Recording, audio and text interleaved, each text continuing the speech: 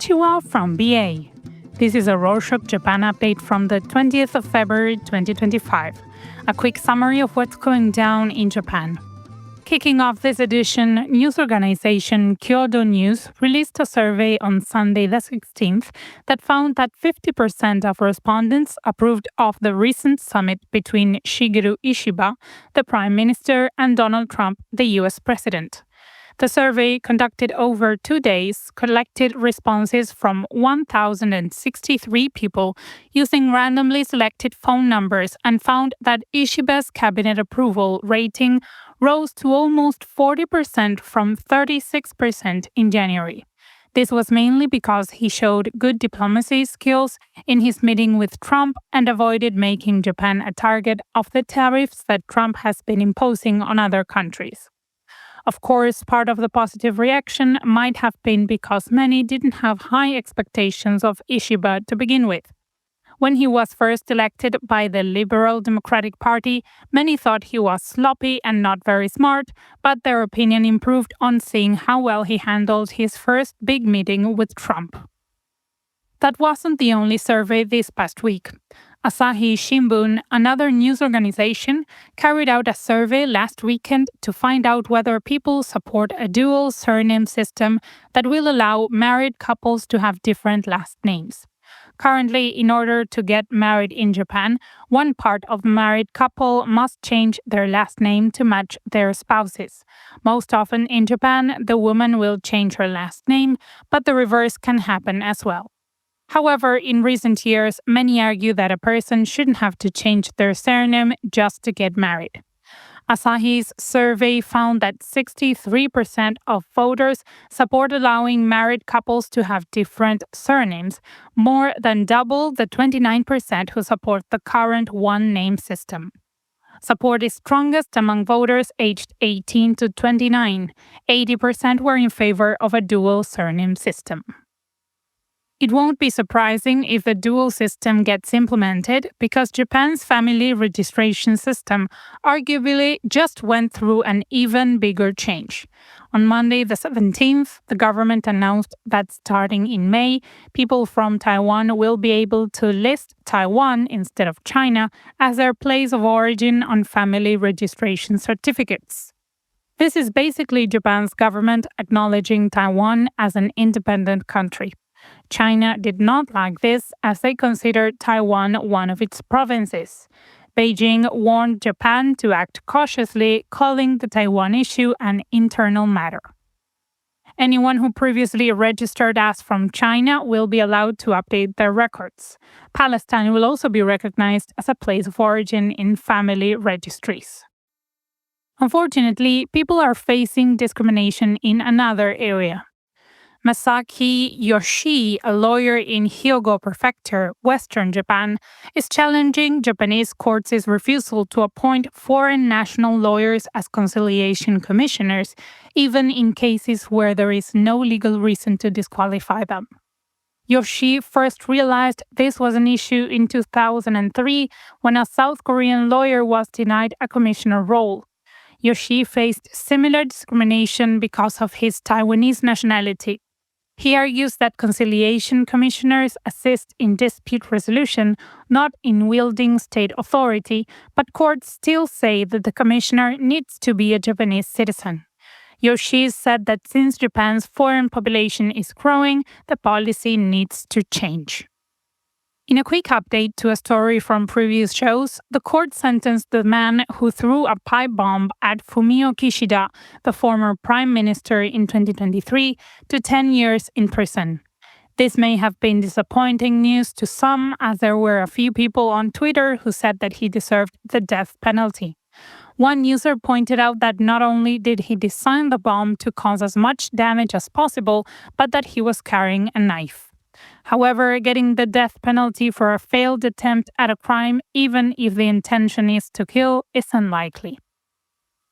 Meanwhile, Thai authorities rescued a 16-year-old Japanese boy who had been forced to work at a scam base in Myanmar. Authorities returned him to his home in Aichi Prefecture, central Japan, on Sunday the 16th. In November, the boy met someone online who promised to get him a job overseas. He left in December for Myanmar, where the Chinese fraud group lured him and held him captive. The group told him that he couldn't leave unless he earned 1 million yen, which is $6,600, scamming Japanese nationals. Earlier this month, the boy managed to contact his family using a messaging app. The family contacted the Japanese embassy in Thailand, leading to his rescue. In environmental news, a briefing on Sunday the 16th in Kibichuo, Okayama Prefecture, Western Japan, revealed there were high blood concentrations of polyfluoroalkyl substances, or PFAS, in residents who drank contaminated tap water. PFAS are sometimes called forever chemicals because they take a long time to break down and they are harmful to humans. The contamination likely came from bags of activated carbon stored in a material yard. The town's officials have already gotten rid of the bags, but many of the residents are understandably still concerned. Tests conducted in late 2023 found PFAS levels of 156 nanograms per milliliter in affected residents, which is way more than the US guideline of 20 nanograms. The town will offer free health checkups for some residents, but they also seem to be dismissing a lot of people's concerns, which only upsets residents more. Officials are testing another area too. Rafael Grossi, the head of the International Atomic Energy Agency, arrived in Japan on Tuesday the 18th. It's his fifth visit to the country, but his first to Fukushima's contaminated soil storage sites in eastern Japan. For his trip, he will check out the Fukushima Daiichi nuclear power plant, which suffered a meltdown in 2011 after a tsunami and is currently being decommissioned.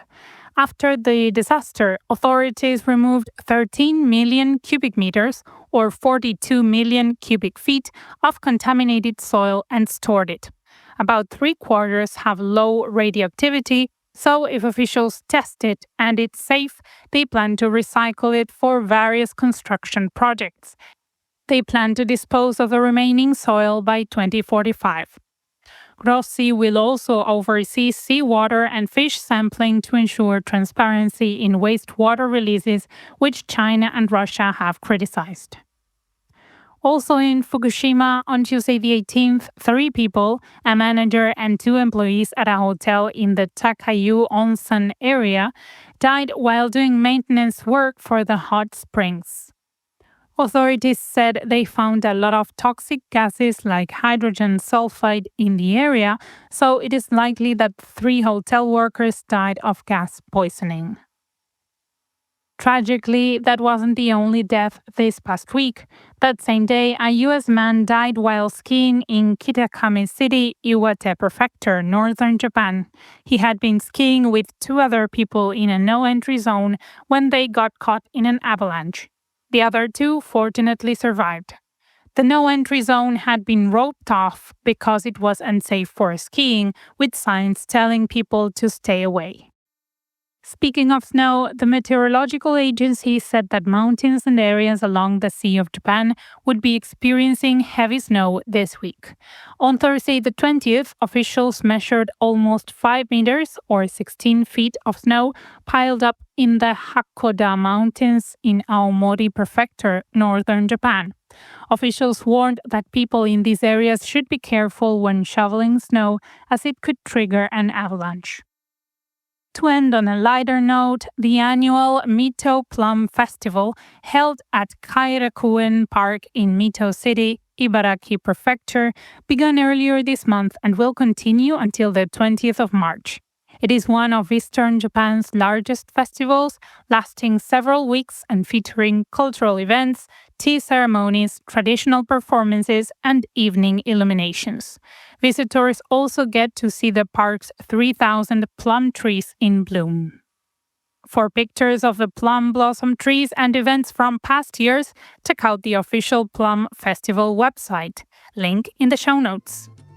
And that's it for this week. Thank you for joining us. But hey, don't leave yet. In case you didn't know, if you're listening to us on Spotify, you can leave comments or questions in the episode. Check out the comment box. Don't worry, the comments are private by default and we won't publish them. If you want us to get back to you, share your email. Your feedback makes our updates even better. Matane!